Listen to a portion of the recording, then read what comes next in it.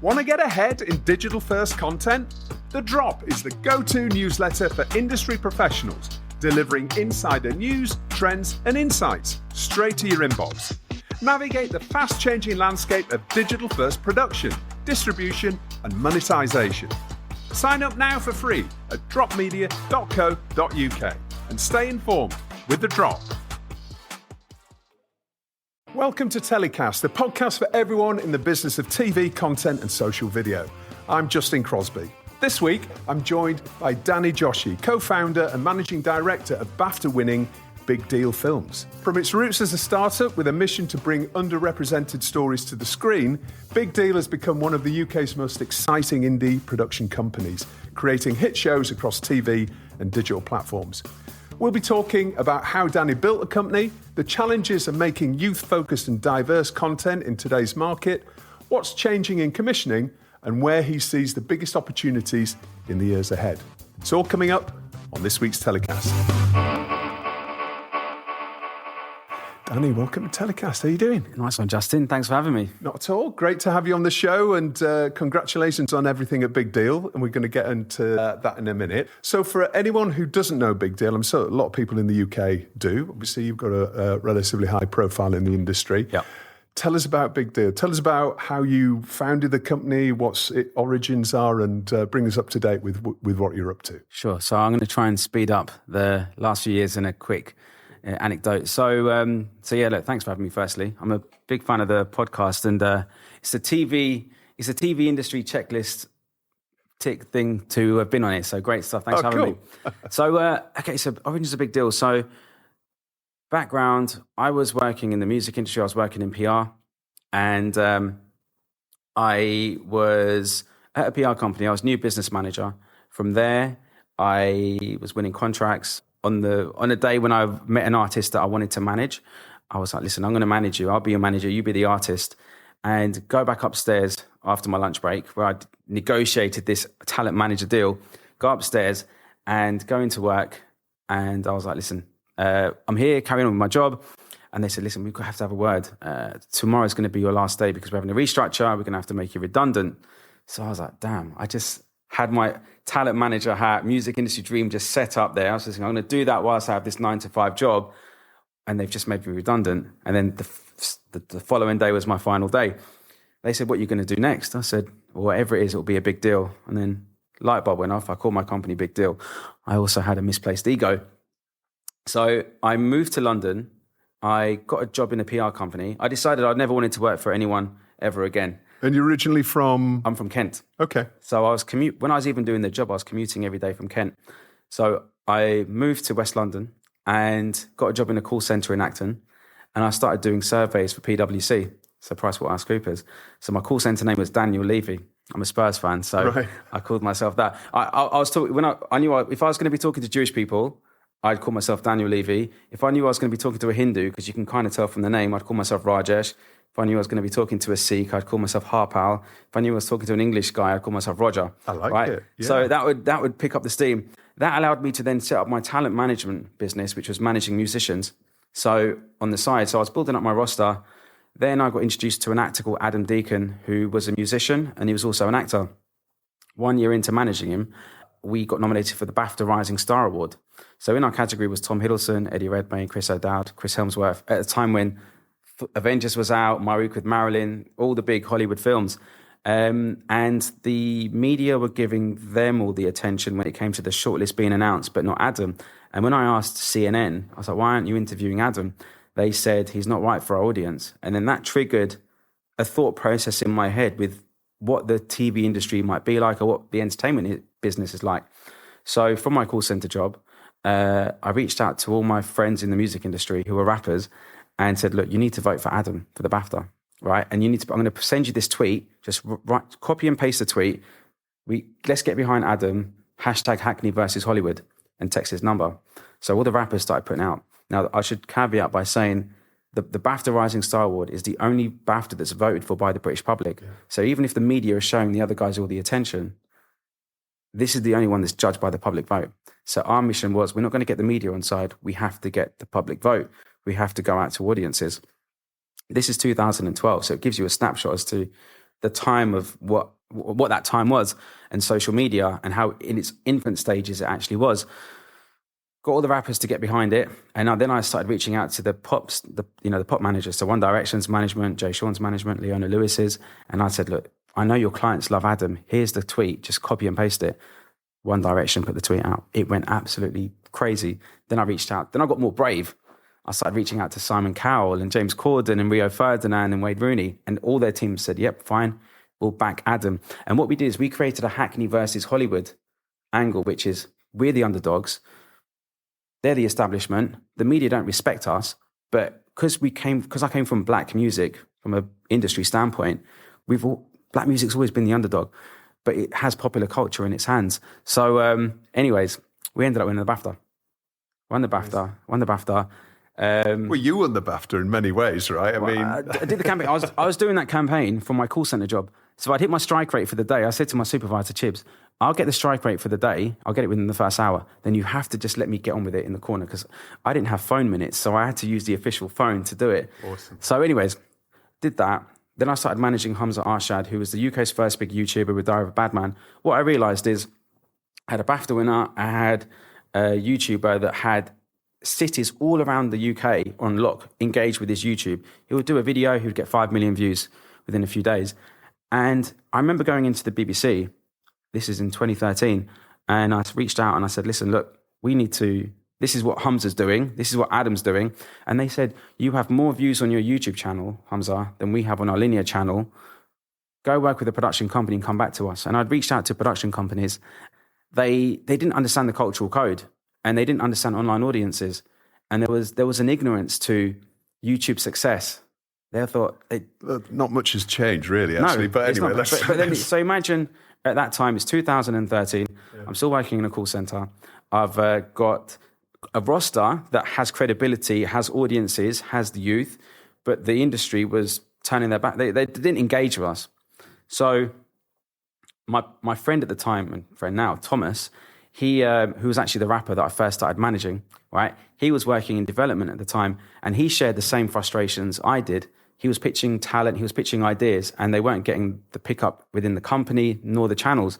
So we thought to ourselves, there's so much talent out there that is underserved, that should be on screen, that has young audiences, has engaged audiences that are just not being serviced. There's an audience there that are just not being served, right?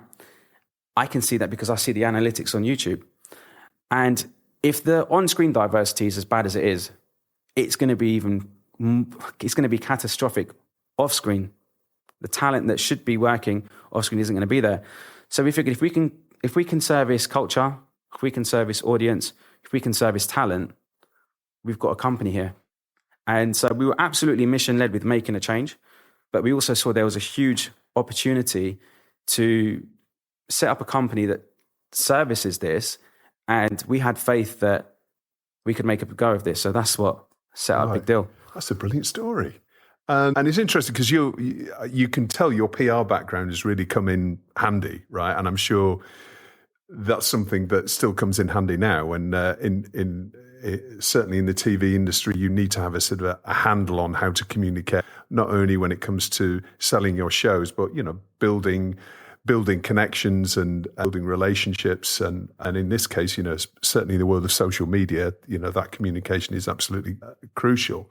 So when you set up this business, you do scripted and unscripted, right? So tell us about the content that you produce at Big Deal then. Talent has been at the key of everything that we do. So London Live was setting up. That was set up by the guy that set up Evening Standard. And Darren Lawford, do you know Darren? Yes. Darren Lawford from Dare Pictures, brilliant guy. He reached out and he said, I want to have Hamza on the channel. And he said, okay, well, I said, okay, that's fine. We can sort that out, but we have to produce it. He said, who's we? So, Big Deal Films, right? We weren't even set up then. Yeah. Right. And he said, okay, then come to my office. Mate, 2 days later, Thomas and I, we turned up in suits, right? We took time off our call centre jobs and we turned up to Derry House in High Street, Ken, with a deck. We said, look, this is who we're going to work with, because he knew that we didn't have any experience. So we're going to work with this director, this AP, this cameraman. We gave him a deck and he said, fine, you got the commission. He gave us a 1 hour commission, 10,000 budget. Tom and I thought we were going to leave our jobs, right? We were like, oh, we're quids in 10 grand for 1 hour. What? Now, 10 grand for 1 hour, Jesus Christ. But anyways, at the time, so we delivered though. That was a key thing. We delivered this documentary and it gave us a confidence to start doing more. So we focused on unscripted first, doing documentaries. That was a lower hanging fruit. We then became the suppliers for the VTs for the One Show. Yeah. And in real time, we were sitting there and we had a conversation with them and they were talking amongst themselves that, oh, we don't have any BAME suppliers. And BAME was the term at the time. You wouldn't use it now, but we don't have any BAME suppliers or diverse suppliers. So we then cornered ourselves into doing their diverse themed stories. So in the space of a couple of years, 2-3 years, we delivered about 80 short VTs for them, 4.5 minutes long. But how do you tell a story in that short amount of time? And we delivered, and we were winning them awards, right? So we did that. Then with going into unscripted, it's a funny story, and I think we're past the statute of limitations now, so I can't be sued. Okay. But good. Go on. So spill the beans. So Hamza, BBC Three wanted Hamza on their channel, and they said, look, so we did a short VT. We did a short for them. It was 5 minutes long. It's called Taking the Hamza, where Hamza plays a gentrified Pakistani comedian who's trying to be accepted in the UK and overtly plays his card of trying to be British when he's actually a Pakistani from Pakistan. Anyways, delivered it, and it was pre-Brexit, and it landed really well. It got them a lot of views, and they said, oh, you know what? Go do another 10 of these. But it was Hamza playing like a fictionalized Pakistani going out in the public, slightly Boratish. We got the commission, we signed the contract, and then BBC were like, here's 10 episodes, 6 minutes long, go deliver it. Sign the contract.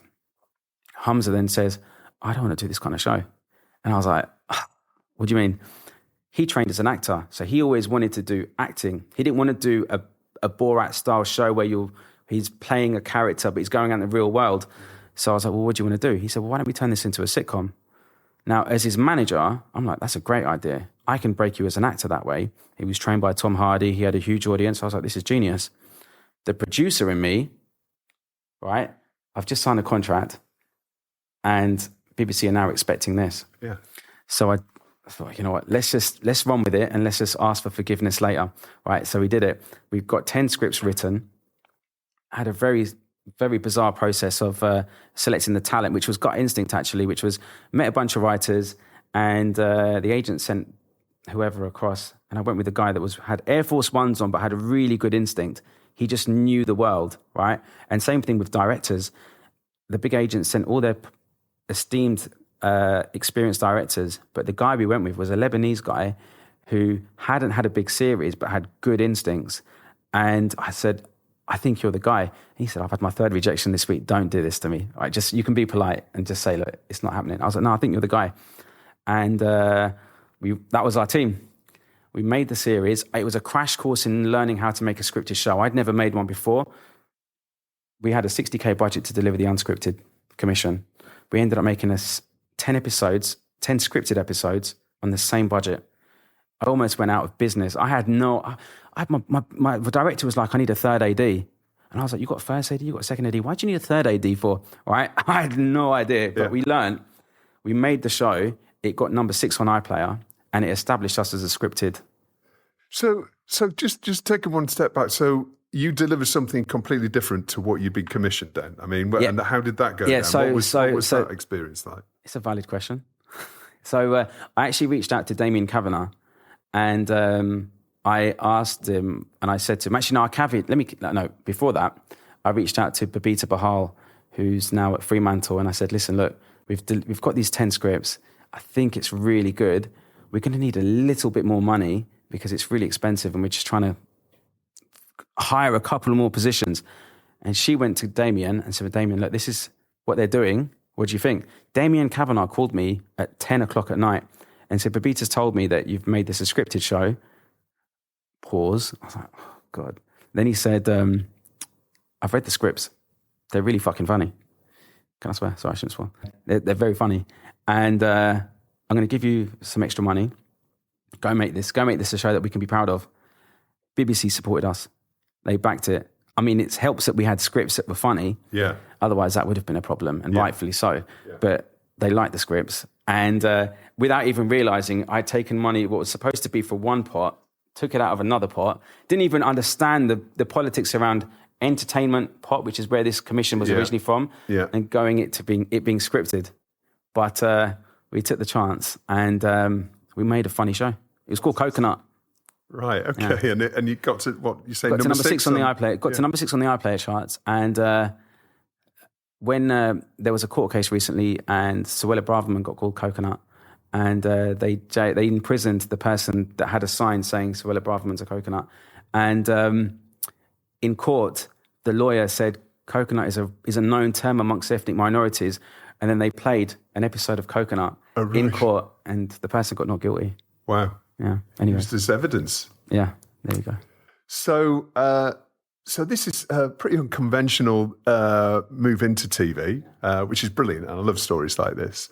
So when did you move from, I suppose, taking these chances and going against the grain and and perhaps delivering things that broadcasters weren't originally signing up for? When did you get to the point of Big Deal becoming, really seen and respected in the UK production industry as a player? Our position was we were known from very early that we were championing voices and talent from underrepresented backgrounds, and I'm trying not to constantly use the word diverse.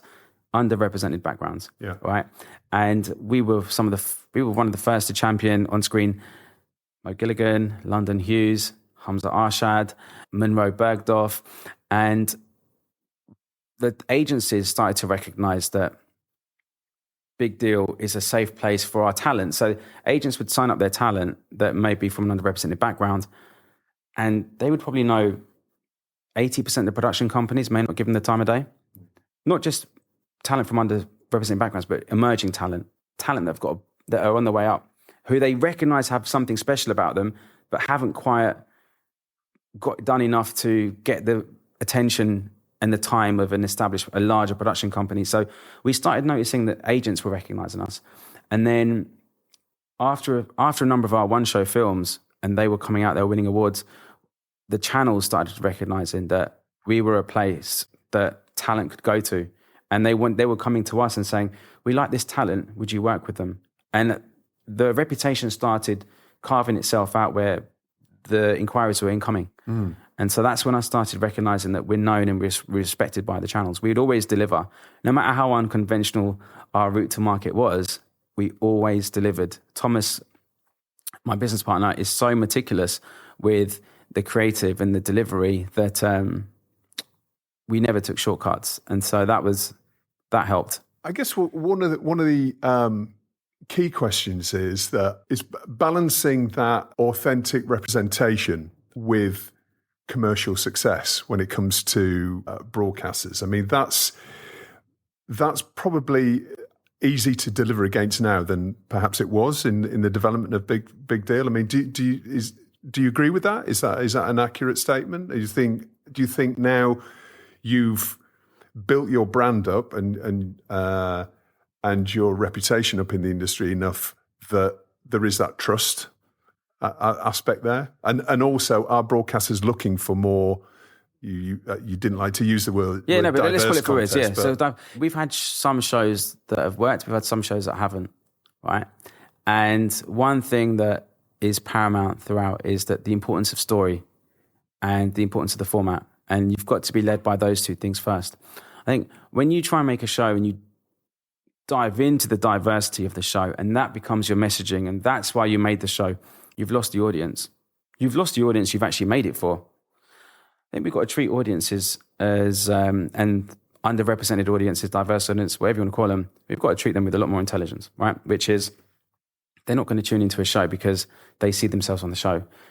That might be a bonus. It's a nice bolt-on, but they watch a show because they're engaged in the storyline.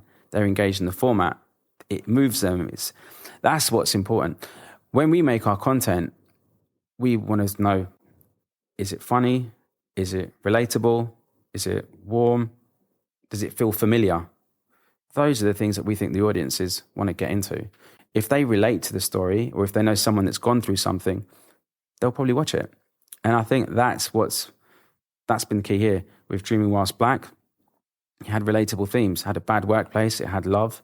It had trying to be enough for your girlfriend and constantly doubting yourself. And people related to the themes. Was it a diverse show? Yeah. Unknown cast, relatively speaking, made by a small production company like Big Deal Films. But the audience related to the show. And that's why it traveled. I mean, it was the most sold show of 2023 globally.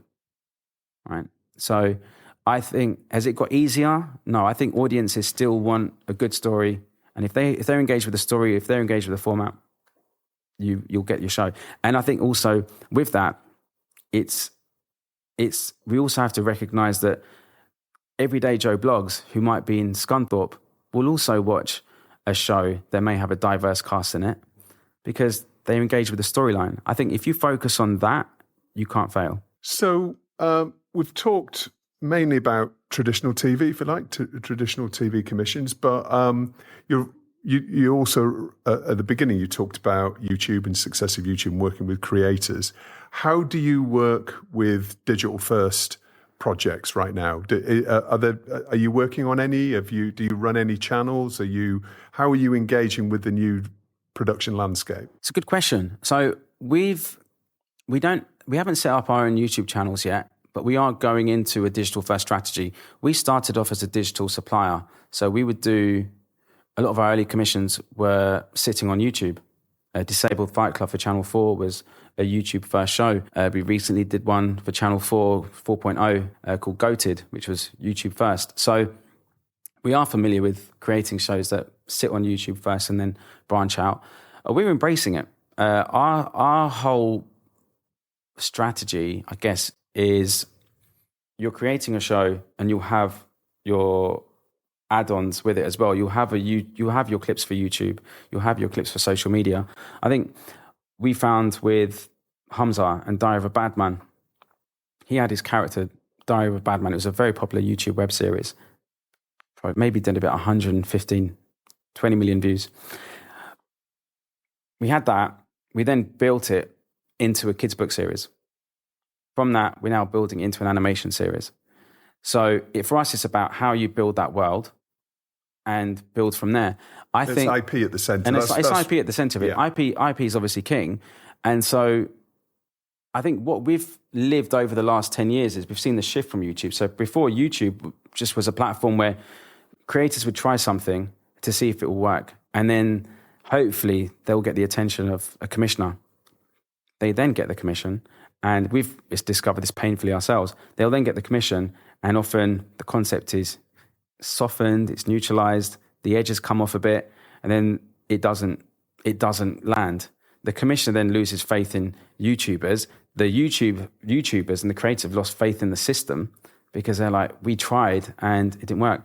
Now, before, YouTube was a place where you would go because you just needed to try something. Now it's a place creators go because they're their own boss. They have editorial control. They're not bogged down by compliance and all of the above. And so they no longer have to wait for validation. They validate themselves. And so for our strategy, going back to talent, we're focusing more now on working with talent who want to do more digital, who want to have complete creative control. And that's where our strategy is now. YouTube, audio, visual, all of the above. And just content can live on multiple platforms, and that's where we're putting more time into now and stuff. And it can have the same IP, but the audiences want different things. By specialising in content for underrepresented audiences, are you seeing the same pressures when it comes to commissioning? Because there are quotas, a number of different broadcasters have got quotas for underrepresented groups.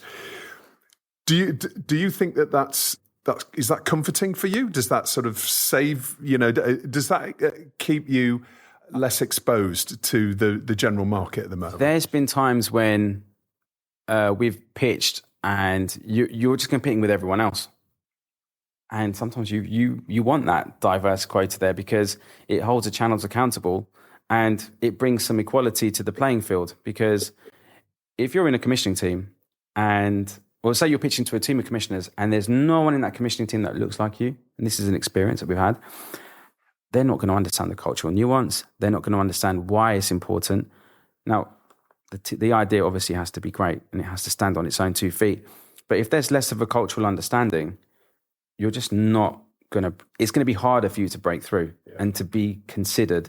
And then you've got your idea will be in that commissioner room with everyone. And if no one understands it, or no one understands the why, or no one understands the talent, or no one understands the audience, it's very difficult, right? A big thing for us actually was when we were initially pitching, we couldn't get meetings with any of the channels. Then at the start of a year, BBC employed 6 assistant commissioners, commissioners from underrepresented backgrounds in each of the genres. The moment that happened, within 3 months, we got 6 commissions. Wow. Because these commissioners knew what we were talking about. They understood the cultural code. And so that's been really important. Now, yeah, sure, it's important. Those quotas are helpful, but I don't think they exist anymore. Diversity, we've seen, it's sort of forgotten about in TV at the moment. I was on a panel last year at the Edinburgh TV Festival, and it was, is this the beginning of the end of DE&I? Right. That's what it was. You had 4 heads of diversity on the same panel as me, basically almost lobbying to keep their jobs. Yeah. I'm using extreme language, but it's what it was. So right now, I mean, we're seeing it in Hollywood. The heads of these departments are going. Channel 4's head of diversity has just left. I'm going to ask you, what diversity quota? Now it's just a case of the money talks, the slots are less. So you've got to make the idea work 10 times harder. You've got to be in everyone's faces. You've got to hold the commissioners to account. So how are you seeing it then, the general landscape, TV commissioning landscape at the moment? I mean, for the past year, have you found it's tougher? Definitely. Yeah. I don't think we can sugarcoat how difficult the last year and a half has been. I don't want to hear another slogan. Was it stay alive till 25? Yeah, survive till 25 and stay in the mix till 26. I am not staying in the mix till 26. but no, it's been really hard market conditions. I think a number of companies, peers, friends, even ourselves, we've all had to make very difficult decisions. Yeah. You've had to streamline your slate. It's been hard. I think where we're at now, I think the market has somewhat corrected itself. And I do see more activity in the marketplace. I see that we're busier as well. So I don't want to be glass half empty. I think things are picking up. Is this both on the scripted and unscripted sides? Yeah. So we've got a number of funded developments happening at the moment. We're in production on an unscripted 4-part series. Dreaming Whilst Black is, we're in the edit on season 2 at the moment. So there is activity happening. And I think there was a course of market correction taking place. I think everything was so inflated over the last few years. The streamers had come in, blown up all the budgets. Inflation was what it was. The industry can't sustain that. There's no magic pot where everything's just going to come in. Sometimes it's a perfect storm. So you do have to ride the wave with it. And, we did. But I think we're just seeing a lot of consolidation and we're just seeing a lot of streamlining. Do you... So with the commissioning system now, generally the commissioning system hasn't really changed in this industry for decades. What do you find is the biggest blocker, really? What's the most frustrating thing as a producer producing the sort of content that you do? Sure, I think there's a lack of bravery and trust at times, and I think risk aversion is often disguised as process. Yeah. I spoke to a commissioner recently, and they loved an idea that we presented, and it couldn't move forward. And their point was, they said, Dhanny, look, right now we're in the commissioning room, we have the money there, but we'd rather to retain our audience, we need to recommission a season 3 or a season 4 of something that might deliver an audience on the 3rd or 4th series, but that's more guaranteed than taking a punt on a new show or with a new talent. That's very frustrating for talent because, how are you going to break through if you don't get a chance? But that just tells you the thought process within these commissioning rooms at the moment. I can't say that speaks for every channel, but I imagine the last 2 years have been very similar to that, where the money's there. I don't believe the money's no longer there. I think the money is there. Yeah. But the appetite for what they perceive as risk is not. What they perceive as risky and that's taking too much of a chance. I don't think there's that bravery inside the room at the moment, or the appetite to be brave. Yeah. And I think that's what's impacting decisions at the moment. Yeah. And that, I suppose that is the last thing you want in a healthy TV ecosystem, isn't it? I mean, the number of brave decisions over the last 20, 30 years that have been made for shows that have become breakout international successes. Mm-hmm. A lot of those decisions have been brave decisions and have a massive cultural impact, not only in the UK, but internationally as well. You can't see a lot of that happening at the moment. It's just about, Tidal formats being rebooted and as you say, recommissions of shows that are not necessarily doing brilliantly, but, they're easier to recommission than make a risky commission, right? Yeah, here's the thing. I don't think it's easy for commissioners at all right now. I think it's really hard. They're fighting for their jobs. Mm. You go on LinkedIn, you see another commissioner leaving to set up a new venture, and it's difficult. They back something. If it doesn't work out, you lose your job. It's just the very nature. We're dealing with people's lives here. Yep. That's what it is. So yeah. I certainly have a lot of empathy for them, because some of these people are friends, but that's just the nature of the business we're in right now. Yeah. So, I mean, look, if it was up to me, if I had to do a commissioning overhaul, I would just give more runway to early stage ideas. I would just think, you know what? There's been some amazing, incredible crossover hits that have come off the back of a hunch. So let's back those hunches. Not everything needs to be a fleshed out deck. Not everything needs to be, I don't know, an Excel sheet presentation. And just come in early and just back instincts. It's instincts that have made this industry, the UK industry, so rich. We need to go back to that.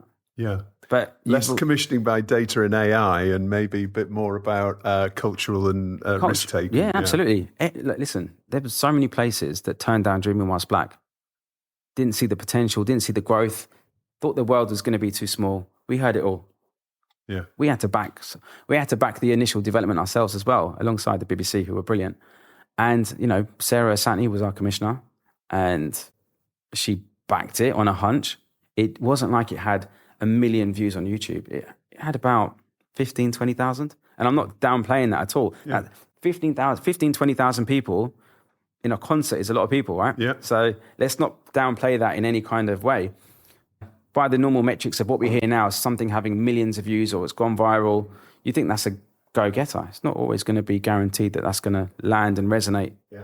So she backed it. She went with her hunch. And listen, I'll tell you what, it's one of the few British comedies that have actually turned over a profit internationally. Right. Yeah. There's some market intel for you. There's an Excel stat for you, but yeah. So, the most sold British show of 2023.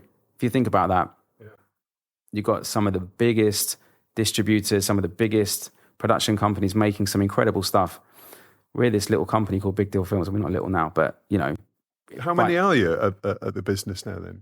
Actually, no. So to be fair, there's about 6 of us. It's not the biggest team, and we partner up where need be. We bring in expertise where need be as well. Yeah. We've just had an announcement go out in the trades today that we've appointed Bal Samra as our exec chair. Yes, that's right. Yeah. So what's the thinking behind that? There's a really seasoned BBC executive. Yeah.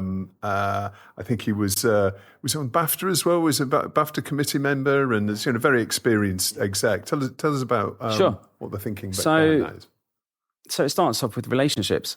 So Bal was a mentor to us when he didn't need to be. So he would take time out of his day to talk to us about the business, just guide us, make sure we weren't making the wrong decisions, and that relationship just grew organically.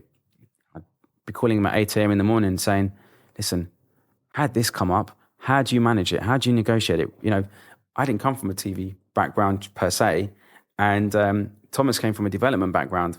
We're both learning on the job, and he gave us the right advice. And he was like, okay, cool. You really believe in what we're trying to do.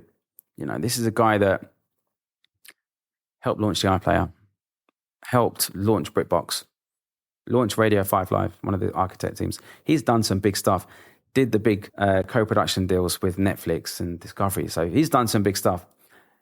He knows a thing or two, right?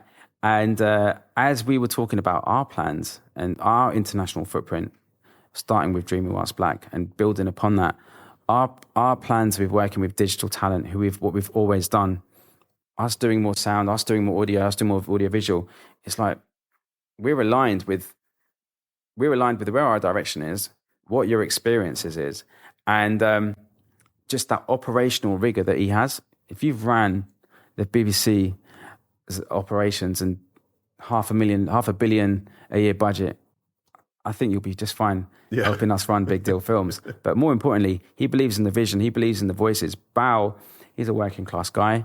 He didn't come from, he didn't have that posh background, or I say posh. He didn't come from a traditional TV background, put it that way. Yeah.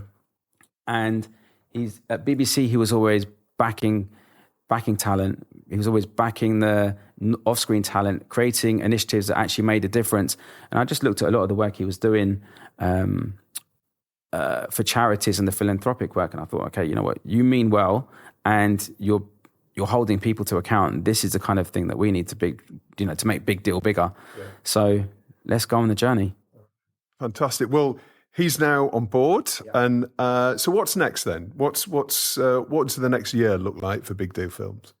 Big Deal Films. So very exciting. Firstly, look, we want to be the studio that everyone comes to when they want to feel something emotionally, commercially, culturally. We want to be the studio. So that's where we're at. And we're trying to double down on that with our output. So, of course, we've got Dreaming Whilst Black coming out second season. We've got, we're doubling down on our premium unscripted content. So we've just closed the rights on the Harry Dunn story, and with the family there, which is really exciting. So Harry Dunn was the boy that had been hit by Anna Sakulas.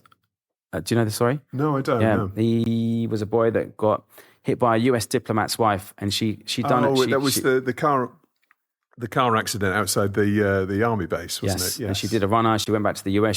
She escaped prosecution. It became a big worldwide story, and so we've just going to be working on that. Wow. That's exciting.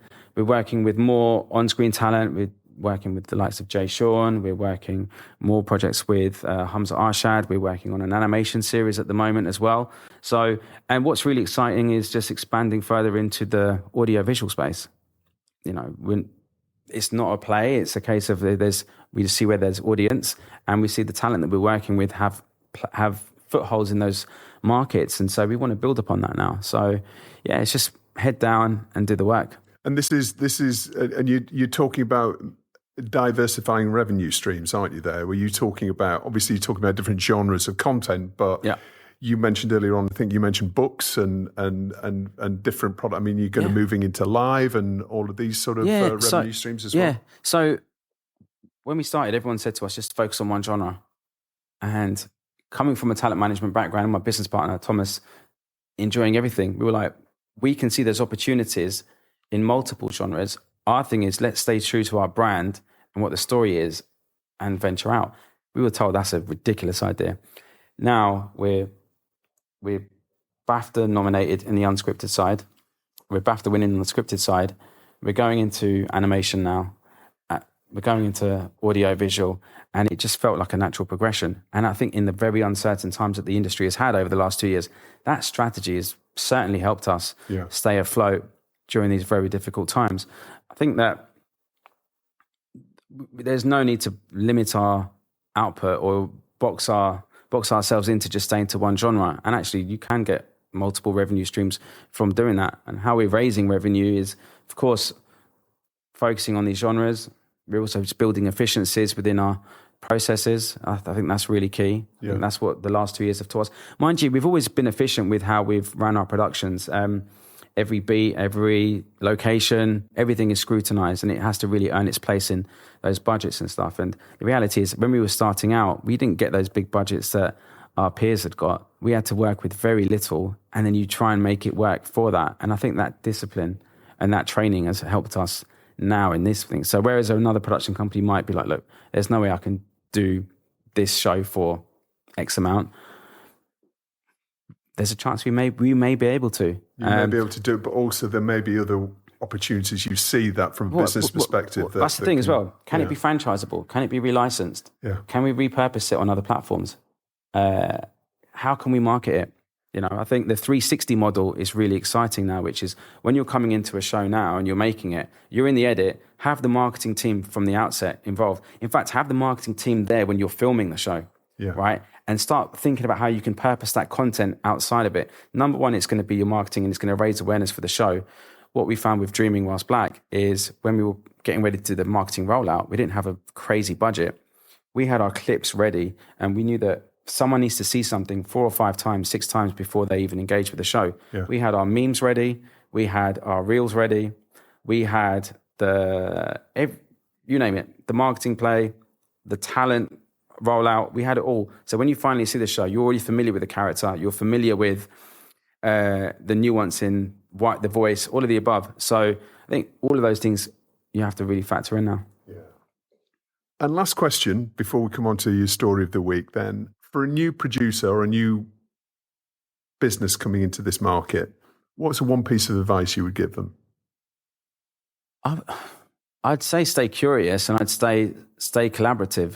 You've got to back the talent. So be talent focused and backing them.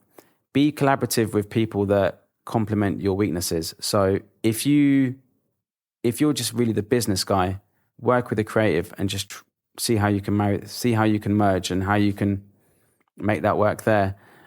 One thing we learned early on is we didn't collaborate enough when we started. And I think we could have got further along in the early days had we collaborated with another studio. Now that might not be popular to say now because you'll be like, oh, they're going to come and scoop your IP. Have a very good lawyer, but collaborate and go I think you can go further along the chain with collaboration. I think that's something that I learned very quickly. Get there faster with a get there faster. You learn a lot as well. Yeah. I think I get it. It's not the most popular thing to say, and but you're chasing learning curves, and it can also be very lonely doing everything yourself. We've been there, and I think that collaboration can take you very far. And we're collaborating even now. We're collaborating with studios internationally. We're collaborating with financiers. We're collaborating with other production companies that have creative value or have a value add to the mix. So, all right, good advice.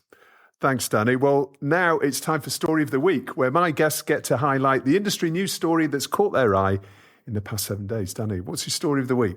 Story of the week that's caught my eye is Stephen Colbert's show being cancelled. Yeah. I think there's a lot of nuance here. Is it political?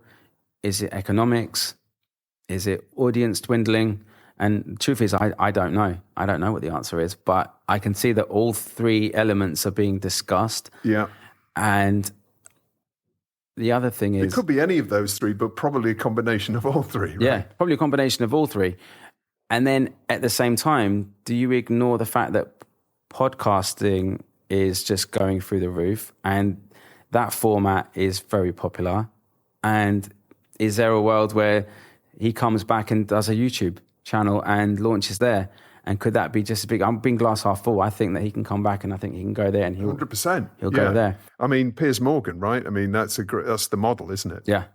And so, but I think I'm waiting to see what the reason why all this is, why it's been cancelled, what's gone on over there, how much is politics impacting editorial decisions now? Is that a sign of merger decisions? Merger decisions. Okay, at a very, very high level, yeah.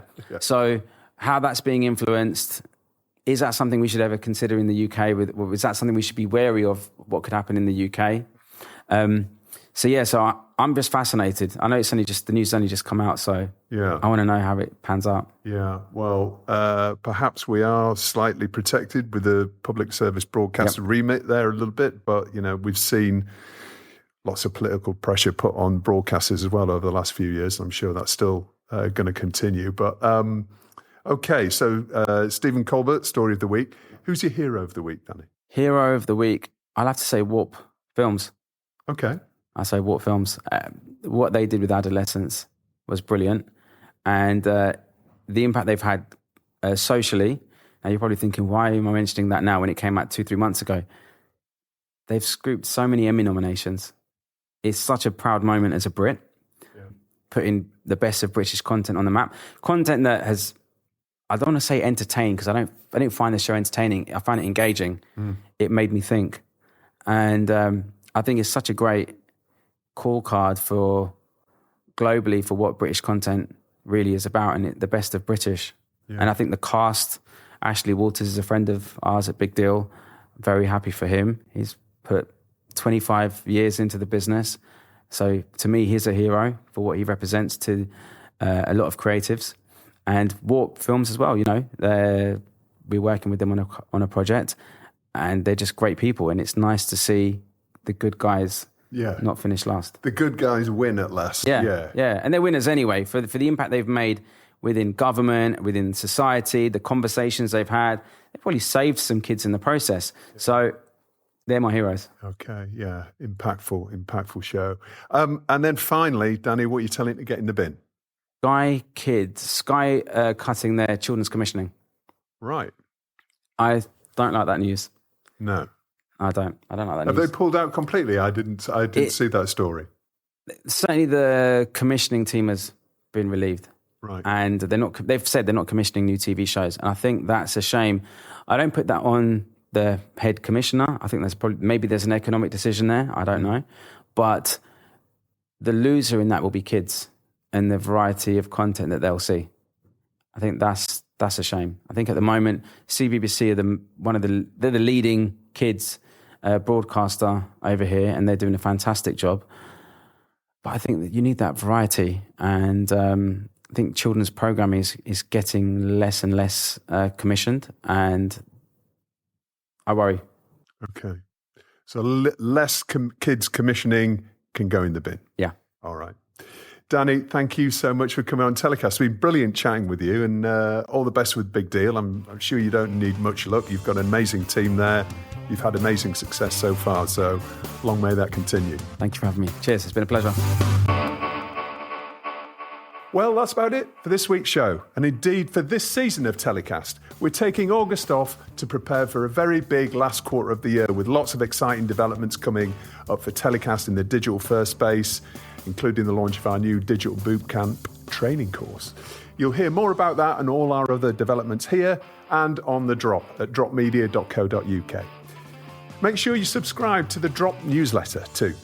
We'll be back in September with a new season of Telecast. Until then, have a great summer and stay safe.